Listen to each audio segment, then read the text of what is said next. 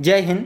देखिए दोस्तों, अपन पढ़ रहे हैं एमएससी। एमएससी के अंदर अपन जो चैप्टर पढ़ेंगे आज वो चैप्टर नंबर 4 पढ़ेंगे दोस्तों, यानी कि यूनिट नंबर 4 पढ़ेंगे। यूनिट नंबर 1 अपने पढ़ ली दोस्तों। कॉम्प्लेक्स एनालिसिस की जो बुक है दोस्तों, उस बुक को अपन पढ़ रहे थे। एलजेब्रा वाली बुक अपनी कंप्लीट हो चुकी है दोस्तों। उसके अंदर 5 यूनिटें थी। पांचों यूनिटों को जितने भी उसमें थ्योरम थी दोस्तों, जितने भी सवाल थे जिस जिस प्रकार के और जिस जिस मेथड से थे दोस्तों, मैंने सब कुछ आपके लिए बता दिया। अब अपन जिस पेपर की बात कर रहे हैं, पेपर नंबर 2 पढ़ रहे हैं। पेपर नंबर 2 के अंदर कॉम्प्लेक्स एनालिसिस की जो बुक है उसमें यूनिट फर्स्ट अपन ने पढ़ ली दोस्तों। यूनिट फर्स्ट के अंदर क्या क्या पढ़ा अपन ने, तो अपन ने पढ़ा कोशी-रीमान की कार्तीय समीकरण का रूप पढ़ा दोस्तों। वो जो थ्योरम थी उस थ्योरम के आधार पर अपने उसको प्रूफ भी किया। फिर अपने कार्तीय के बाद में अपन ध्रुवीय जो रूप होता है दोस्तों, उसका भी अपने उस थ्योरम का भी प्रूफ किया है। इसके अलावा मेलियन थॉमस मेथड जो होता है दोस्तों, उसके आधार पर 4-5 सवाल मैंने बताए जो रिपीट हो चुके थे दोस्तों। ठीक है, इसके अलावा मैंने आपके लिए उसमें जो अपने यूनिट फर्स्ट के अंदर मैंने आपके लिए प्रश्नवादी फलन से संबंधित कुछ सवाल बताए हैं दोस्तों। और प्रश्नवादी फलन जब पूछता है दोस्तों, तो अपन क्या करते हैं, लाप्लास जो समीकरण होती है, तो मतलब del square U upon del X square और del square U upon del Y square, इन दोनों के मान लाते हैं, दोनों को प्लस करते हैं, बराबर 0 आ जाता है, तो अपन कहते हैं कि प्रश्नवादी फलन है, मतलब लाप्लास समीकरण को संतुष्ट करता है। इस प्रकार से। और मेलियन थॉमस विधि का जो था मेथड, उसका सूत्र मैंने आपके लिए बताया। उसके आधार पर 4-5 सवाल आपके लिए बताए और वीडियो मैंने यूट्यूब पर डाल दिए, आप वहां से पढ़ लेना। ठीक है, अब आज जो पढ़ेंगे अपन चैप्टर नंबर 4 पढ़ेंगे, यूनिट नंबर 4 पढ़ेंगे मतलब। और अपनी यूनिट नंबर जो 4 है दोस्तों, उसका नाम, टॉपिक का नाम क्या है, यूनिट का नाम क्या है, तो यूनिट का नाम है पावर साइज। साइज का मतलब होता है श्रेणी, पावर का मतलब होता है घात। मतलब ये जो चैप्टर अपन पढ़ेंगे दोस्तों, जिस यूनिट को मैं बात कर रहा हूँ, जिस टॉपिक की मैं बात कर रहा हूँ, पावर साइज की, ये टॉपिक आपने बीएससी के अंदर पढ़ा होगा। और बीएससी के अंदर कहाँ, फाइनल में नहीं पढ़ा मेरा दोस्त, फर्स्ट ईयर में भी नहीं पढ़ा होगा आपने। ये जो टॉपिक मैं बोल रहा हूँ, ये टॉपिक आपने बीएससी के अंदर सेकेंड ईयर में पढ़ा होगा दोस्तों। सेकेंड ईयर में आपके टीचर ने पढ़ाया होगा आपको। और वो पेपर नंबर 2 या फिर फर्स्ट निकलेगा, सेकंड पेपर निकलेगा कंफर्म। और सेकंड पेपर में एक बुक चलती थी अपने, जिस बुक का नाम था, याद करो दोस्तों, अभिसरण, माफ कीजिएगा, अभिलाक्षणिक नहीं, अभिसरण बुक का नाम था दोस्तों। और अभिसरण बुक आपके लिए आपके टीचर ने पढ़ाई होगी दोस्तों। उसके अंदर आपने पावर साइज पढ़ी होगी, निश्चित पढ़ी होगी। और जिसमें मैं थोड़ी सी आपकी यादें ताजा करवाता हूं दोस्तों, कुछ टॉपिकों के नाम लेके, आपको लगेगा कि वास्तव में पढ़ा है। और पढ़ा है दोस्तों तो कमेंट में अवश्य बताना। आपने पढ़ा होगा दोस्तों टेस्ट, तुलनात्मक टेस्ट पढ़े होंगे, रूट टेस्ट पढ़ा होगा, है ना। इस प्रकार से बहुत सारे टेस्ट आपने पढ़े होंगे। अनुपात परीक्षण पढ़ा होगा, क्या पढ़ा है दोस्तों, ये चीजें आपने पढ़ी है। अभी मैं बोर्ड पर लिखूंगा, आप कहोगे कि यस हमने पढ़ी है। तो अपन उन्हीं चीजों को पढ़ेंगे दोस्तों। लेकिन सेकेंडरी की बात थी, कोरोना काल चल रहा था, इसलिए ज्यादा ध्यान दिया नहीं और हम गहराई से पढ़े नहीं। कोई बात नहीं है दोस्तों, आपको कुछ भी पता नहीं तब भी बिल्कुल आप तो बस मेरी तरफ देखते रहना, इस बोर्ड की तरफ। ठीक है, मेरी तरफ नहीं, बोर्ड की तरफ। जैसे जैसे मैं सवाल करूं वैसे वैसे आप प्रैक्टिस कर लेना, 1-2 सवाल की, उसके बाद आपको आ जाएगा। ठीक है, और मैं सवाल आपके लिए जरूर वही बता रहा हूं दोस्तों जो रिपीट हो चुके हैं। उसके अलावा वह भी बता रहा हूं जो रिपीट नहीं हुए हैं, वो ने चाहिए लेकिन नहीं हुए हैं, अच्छे सवाल है, तो सब मैं पढ़ा रहा हूं आपके लिए। थ्योरम में सब कुछ, इसमें थ्योरम नहीं, अब थ्योरम का काम निपट चुका है दोस्तों। थ्योरम आएगी अपने अगले चैप्टर में। ठीक है, इसमें तो सवाल है जो कि इंपोर्टेंट है, जो कि अपने सेकंड ईयर में किए हैं, लेकिन आपको पता नहीं है क्योंकि कोरोना काल चल रहा था। अपन बात करते हैं अपने टॉपिक की। टॉपिक क्या है दोस्तों, तो टॉपिक का नाम है पावर साइज। मैं टॉपिक लिखता हूं दोस्तों, तो टॉपिक का नाम क्या है अपना, तो चैप्टर लिख लेना, या यूनिट 4 पढ़ेंगे दोस्तों। और क्या पढ़ेंगे अपन, तो अपन पढ़ेंगे पावर साइज। ठीक है दोस्तों, इसको पढ़ेंगे, हिंदी में लिखना चाहो तो लिख सकते हो घात श्रेणी। ठीक है, घात श्रेणी। अब पावर ऑफ साइज होती क्या है दोस्तों, घात श्रेणी होती क्या है, इसको देखते हैं। तो ये होती है अपने पास ये पावर साइज। ठीक है, इसका सूत्र क्या होता है, तो इसका सूत्र होता है मेरे दोस्त, अनंत लिखते हैं, ये लिख लिया मैंने समीशन।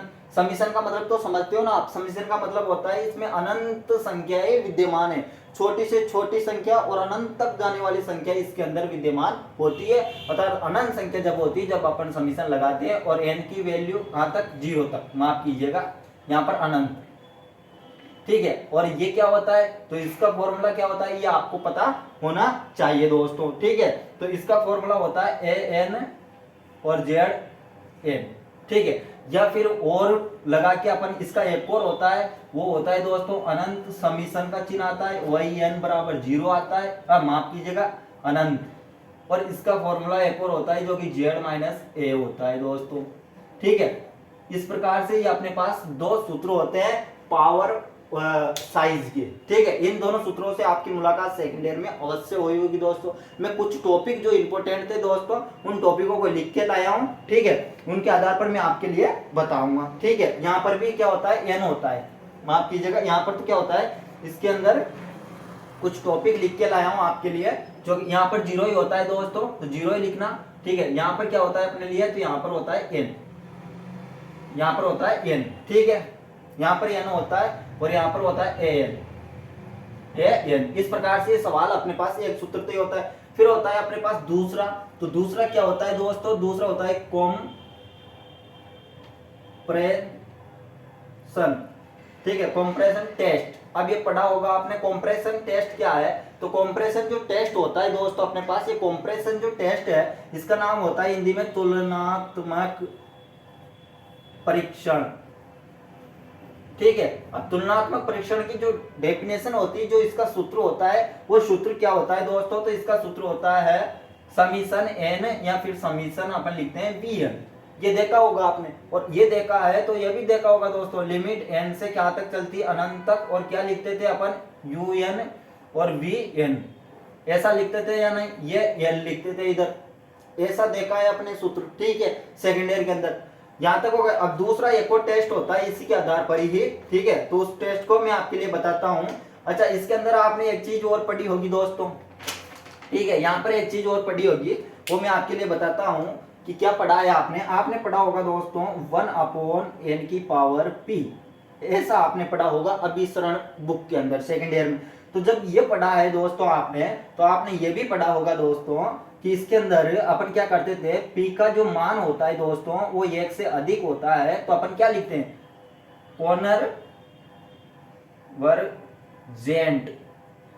कॉन्वर्जेंट, मतलब इसका मतलब क्या होता है, तो आपको पता होना चाहिए अभिसरण, ठीक है। इसका मतलब क्या होता है, हिंदी में अभिसरण होता है, ठीक है। और एक और होता है दोस्तों, यदि p का मान 1 से कम रहा, 1 से अधिक रहेगा तो कॉन्वर्जेंट अभिसरण कहते हैं, और 1 से कम है p का मान, अधिक रहेगा तब ऐसा, और कम रहेगा तो अपसारी कहते हैं, अपसारी को इंग्लिश में बोलते हैं डाइवर्जेंट, ठीक है, इसे कहते हैं अपन अपसारी। यहां तक आपकी चीजें समझ में आ जानी चाहिए दोस्तों, इसे कहते हैं अपसारी, इसे कहते हैं अभिसारी, ठीक है। अपसारी और अभिसारी ये चीजें आपने पढ़ी होगी, ठीक है, बीएससी के अंदर। यहां तक ये सारे डाउट आपके क्लियर हो जाने चाहिए जो मैंने सूत्र बताया आपके लिए। इसके बाद में दूसरा, तो तीसरा एक सूत्र और होता है दोस्तों, वो सूत्र अपने पास क्या होता है, तो वो सूत्र होता है दोस्तों अपने पास, देखिए रूट, क्या होता है, रूट OT टेस्ट।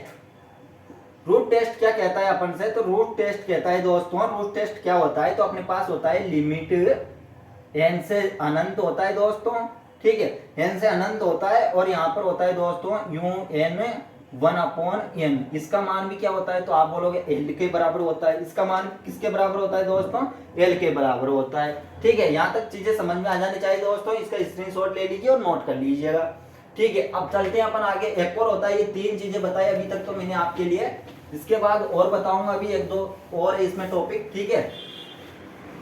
तो देखिए दोस्तों, अपन इसके बाद में एक न्यूमेरिकल देखेंगे इसके आधार पर, फिर उसमें समझ में अपने सब कुछ आ जाएगा, ठीक है। अब चौथा देखिए, चौथा क्या होता है अपने पास, रेशो टेस्ट। ये भी आपने पढ़ा होगा, रेशो टेस्ट हिंदी में क्या कहते हैं, तो अनुपात परीक्षण, ठीक है। और अनुपात परीक्षण कहते हैं हिंदी में इसे, तो इसका सूत्र क्या होता है दोस्तों, तो इसका सूत्र भी अपन को पता होना चाहिए। इसका सूत्र होता है दोस्तों लिमिट n से अनंत मापांक u n plus one upon में यू एन ये होता है दोस्तों, और इसका मान भी किसके बराबर होता है, तो एल के बराबर होता है। ठीक है, अब यहाँ पर भी कुछ चीजें, उसमें कुछ शर्त बता रखी कि एल का मान यदि यहाँ पर एक से बड़ा आया है ना, एक से बड़ा आया एल का मान, तो क्या होगा दोस्तों, तो उसे कहेंगे डिवरजेंट, मतलब अपसारी। यहां तक चीजें समझ में आ जानी चाहिए मेरे दोस्त। और एल का मान यदि एक से कम है तो अपन कहेंगे कॉन्वर्जेंट, इसे कहते हैं इंग्लिश में कॉन्वर्जेंट और हिंदी में कहते हैं अभिसारी। ठीक है, इसे क्या कहते हैं, अभिसारी। इसे तो कहते हैं अपन डाइवर्जेंट यानी कि अपसारी। और एल का मान यदि एक से छोटा रहेगा तो कॉन्वर्जेंट कहते हैं, जिसे कहते हैं हिंदी में अभिसारी। ठीक है, और अपसारी इसे कहेंगे दोस्तों एल का मान अधिक रहेगा जिससे। ठीक है, तो ये अपना रूल नंबर कितना हो गया, 74 रूल खत्म हो गया। इसके बाद में अब ये रूल नंबर 4 खत्म हो गया। इसके बाद में एक सूत्र बनता है दोस्तों, सूत्र को लिख लीजिएगा। 1/r बराबर अपने पास क्या होगा, लिमिट चलती है दोस्तों n से अनंत की ओर। ठीक है, इसका मान होता है an। ये सूत्र सब कुछ आपने देखे होंगे दोस्तों। ठीक है, यहाँ पर चलता है लिमिट अनंत से, ये सब बराबर होता है 1/r के। ठीक है, ये मान जो मैं लिख रहा हूँ दोस्तों, ये मान इसके बराबर होता है 1 प्लस में और a/n। ठीक है दोस्तों, ये पूरा सूत्र होता है दोस्तों। इस सूत्र के यही इंपॉर्टेंट है दोस्तों, इस सूत्र के आधार पर अपन बहुत सारे सवाल करेंगे और इसी सूत्र के आधार पर वो सवाल पूछता है एग्जाम में। तो इस सूत्र को याद रख लेना आप, इनको याद रखो चाहे मत रखो, लेकिन इसको याद रख लेना। इससे पहले मैंने एक चीज बताई पी वाली, उसको याद रख लेना। पी का मान यहाँ विपरीत होता है, पी का मान अधिक होता था कॉन्वर्जेंट यानी कि अभिसारी होता है, यहाँ पर उल्टा होता है एल का। ठीक है, इतना ही फर्क है। और एक सूत्र और होता है दोस्तों जिसे अपन कहते हैं आर बराबर अपने पास चलता है राइडाइज ऑफ, इसे कहेंगे कॉन्वर्जेंस। ठीक है, कॉन्वर्जेंस, हाँ जेंस, ये नहीं कहेंगे अभिसारी, ये कहते हैं जेंट्स। अब इसका सूत्र क्या होता है, तो मेरे भाई इसका सूत्र भी यही होता है दोस्तों। ठीक है, इसका सूत्र क्या होता है, तो यही इसका सूत्र क्या होता है दोस्तों, यही होता है। ठीक है, तो इसको अगर शॉर्ट में लिखना चाहो तो वो शॉर्ट में ऐसे लिखेगा, अपने लिए जो क्वेश्चन देगा उसमें ऐसे लिख के दे सकता है डायरेक्ट ROC। इसका मतलब यही होएगा दोस्तों, R का मतलब तो ये हो जाएगा रेडियस ऑफ कॉन्वर्जेंस। ठीक है, तो ऐसे भी दे सकता है, वो हो सकता है इसको पूरे को लिखकर देख ले दे दे।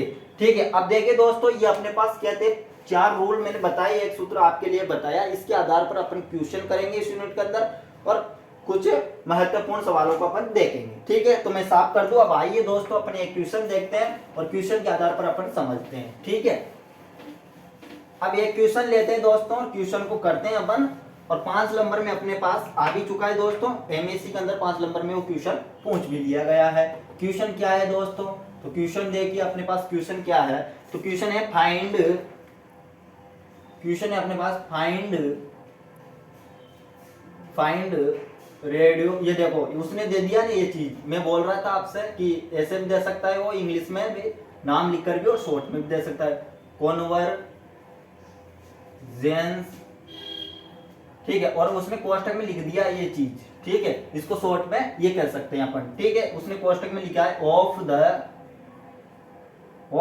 फॉलोइंग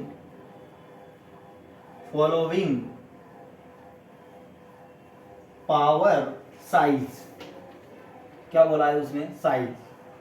ठीक है, पावर ऑफ साइज, और उसने दिया है अपने लिए कि समीशन लगा रखा है और क्वेश्चन दे रखा है z की घात n और n क्या दे रखा है, ये दे रखा है अपने लिए।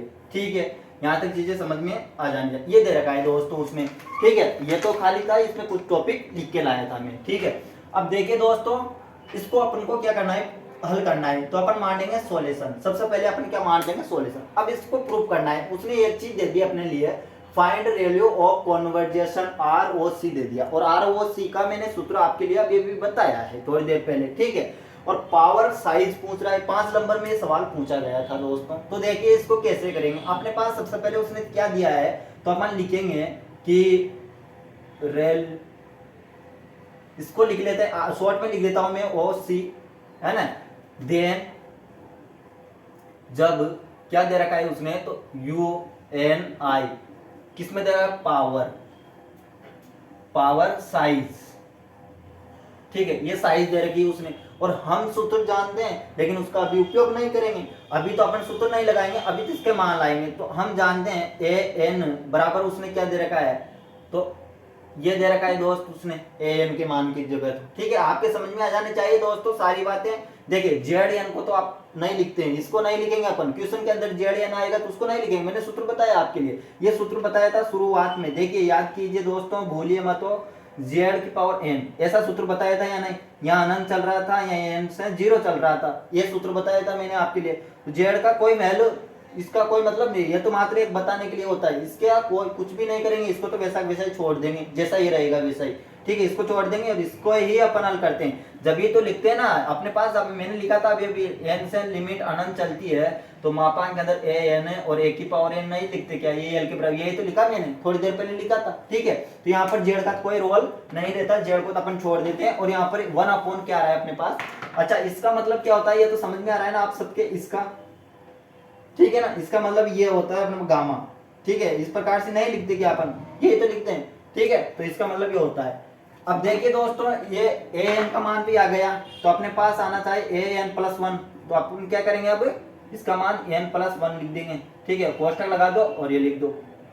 यहाँ तक किसी कोई दिक्कत नहीं है ना। यहाँ पर ए एन का मान लिख दिया, एन प्लस 1 था तो एन प्लस 1 लिख दिया मैंने, यहाँ तक किसी को। अब सूत्र क्या होता है अपने पास, तो अपन जानते हैं 1/r बराबर, अपने पास सूत्र होता है लिमिट एन से अनंत की ओर, और सूत्र होता है ए एन प्लस का 1 में ए एन, मैंने अभी भी लिखा है आपके लिए, यही सूत्र होता है क्या, तो आप बोलोगे जी हाँ यही होता है। अब देखिए दोस्तों, लिमिट कहां से कहां तक चल रहा है, तो अनंत तक चल रहा है एन का मान, और यहाँ पर किसका मान रखेंगे, तो आप बोलोगे कि उसका, अच्छा इधर बताऊं मैं आपके लिए, ठीक है, इधर नहीं दिखेगा आपको, तो इधर देखिए दोस्तों, अपन इसको हल कर रहे हैं, तो हल करेंगे तो अपन क्या लिख देंगे मेरे दोस्त, यहाँ पर देखिए 1/r, तो 1/r, यहाँ पर क्या चल रहा है, तो आप बोलोगे लिमिट एन से अनंत की ओर चल रहे हैं, ठीक है। ए एन प्लस 1 का मान क्या है, तो आप बोलोगे 1/n प्लस का 1, और इसका ब्रैकेट लगा देना दोस्तों, और यहाँ पर इसको लिख देना, फैक्टोरियल को कहते हैं अपन, फैक्टोरियल कहते हैं इसे, ये तो 12th में ही पढ़ लिया होगा आपने, 7वीं प्रश्नावली पढ़ी होगी दोस्तों, वहां पर फैक्टोरियल की प्रश्नावली पढ़ी होगी, 7वीं या 6ठी प्रश्नावली, कंफर्म 6ठी पढ़ी होगी आपने, फैक्टोरियल वाली प्रश्नावली थी, ठीक है। हेड़ना कैसे कैसे नहीं, ये सब कुछ सिखा दूंगा मैं आपके लिए, ठीक है। अब यहाँ पर देखिए नीचे किसका मान लिखना है, तो बटा में ए एन का मान, ए एन का मान क्या है, 1/n का फैक्टोरियल, क्या यही है दोस्तों, आप बोलोगे जी हाँ। अब देखिए दोस्तों 1/1 1/1/2, तो ये कहाँ चला जाता है, ऊपर, तो यहाँ पर n जो फैक्टोरियल आया दोस्तों, इसको मैं कहाँ भेज दूंगा, तो आप बोलोगे कि ऊपर भेज दीजिए। तो देखिए दोस्तों, लिमिट n से कहां तक चल रही है, अनंत तक, और ऊपर क्या चला जाएगा, n फैक्टोरियल, नीचे क्या बचेगा, n प्लस 1 का फैक्टोरियल। यहाँ तक किसी कोई दिक्कत, तो आप बोलोगे बिल्कुल नहीं। अब एक बात हमेशा याद रखना दोस्तों, इसको सूत्रों को नोट भी कर लेना आप, इधर लिख रहा हूँ मैं साइड में, n का फैक्टोरियल जब करते हैं, इसको हेड़ते हैं, तो n आ जाता है, और क्या आता है इसके बाद में, तो आपको पता होना है n-1 आता है दोस्तों, ठीक है। इस प्रकार से इसको हेड़ते हैं, और भी लिख देता हूँ मैं एक दो, इसको हेड़िए, इसको फैक्टोरियल को हेड़िए, तो आप लिखोगे n+1 लिखते हैं दोस्तों, और फिर इसके बाद में लिख दें n का फैक्टोरियल, यानी -1 कम कर देते हैं, बस इतना ही करते हैं, ठीक है। तो इस प्रकार से इनको हेड़ते हैं, एक दो और होते हैं, मैं जैसे जैसे आएगा मैं बताता चलूंगा आपको, ठीक है। अब यहाँ पर देख, अभी तो मैंने बहुत सारी चीजें नहीं बताई आपको, धीरे धीरे मैं बताता चलूंगा, अगली वीडियो में कुछ चीजें और बताऊंगा, जब तक इनको याद कर लेना। अब देखिए दोस्तों, यहाँ पर मैं n+1 को खोलूंगा, तो यहाँ पर मैंने खोला है n+1 को, तो क्या है, n+1 आ गया और n का आया या नहीं, तो आप बोलोगे जी हाँ। तो इधर क्या चल रहा है, तो 1/r बराबर लिमिट n से अनंत चल रही है दोस्तों। अब देखिए यहाँ पर n फैक्टोरियल को वैसा वैसा, इसको खोला तो क्या आया, तो आप बोलोगे n+1 का आ गया और n का फैक्टोरियल आया। यहाँ पर देखो दोस्तों, n फैक्टोरियल से n फैक्टोरियल कट जाएगा, तो यहाँ पर क्या बचेगा, आप बोलोगे 1/r बराबर क्या बचा, 5 नंबर में आया है दोस्तों ये सवाल, याद रखना, अच्छे से देख लो दोस्तों। यहाँ पर क्या n, और यहाँ पर क्या बचा अपने पास, तो आप बोलोगे 1/+ का n प्लस 1 बच गया दोस्त, और कुछ भी नहीं बचा, यही बचा। अब आप n का मान रखिए तो यहाँ पर अनंत हो जाएगा, तो अनंत हो जाएगा, n का मान रखते हैं तो यहाँ पर क्या हो जाएगा अनंत प्लस का 1, और अनंत में कोई भी संख्या जोड़ लीजिए दोस्तों, किसी भी संख्या से गुणा किए, भाग करे, कुछ भी करे दोस्तों, अनंत ही आता है। इसलिए यहाँ पर क्या जाएगा 1 अपॉन अनंत, 1 अपॉन क्या जाएगा अनंत, 1 अपॉन अनंत आ गया तो r का मान क्या आया, तो आप बोलोगे r बराबर तो अनंत आ गया मेरे दोस्त, और r बराबर अनंत आ गया तो एक लाइन लिखनी है बस, अपना सवाल हो गया CO या ROC लिख देना, इसका मतलब ये होता है रेडियस ऑफ कन्वर्जेशन। ठीक है, तो ये लिखा ना, और यहाँ लिख देना पावर साइज। ठीक है, ये लिख देना। अब इसमें अपना सवाल खत्म हो गया दोस्तों। ये सवाल 5 नंबर में पूछा गया था एमएससी के अंदर, और बीएससी के अंदर भी अच्छे से पूछा गया है। आपने किया होगा कि बहुत सारे सवाल बीएससी के अंदर भी किए होंगे दोस्तों। अब अगली वीडियो मिलते हैं, अगले सवाल की चर्चा करते हैं, कुछ चीजें नई सीखने को मिलेगी दोस्तों आपको। जय हिंद, जय भारत दोस्तों, जब तक के लिए धन्यवाद। ठीक है, लाइक कीजिए दोस्तों, सब्सक्राइब कीजिए।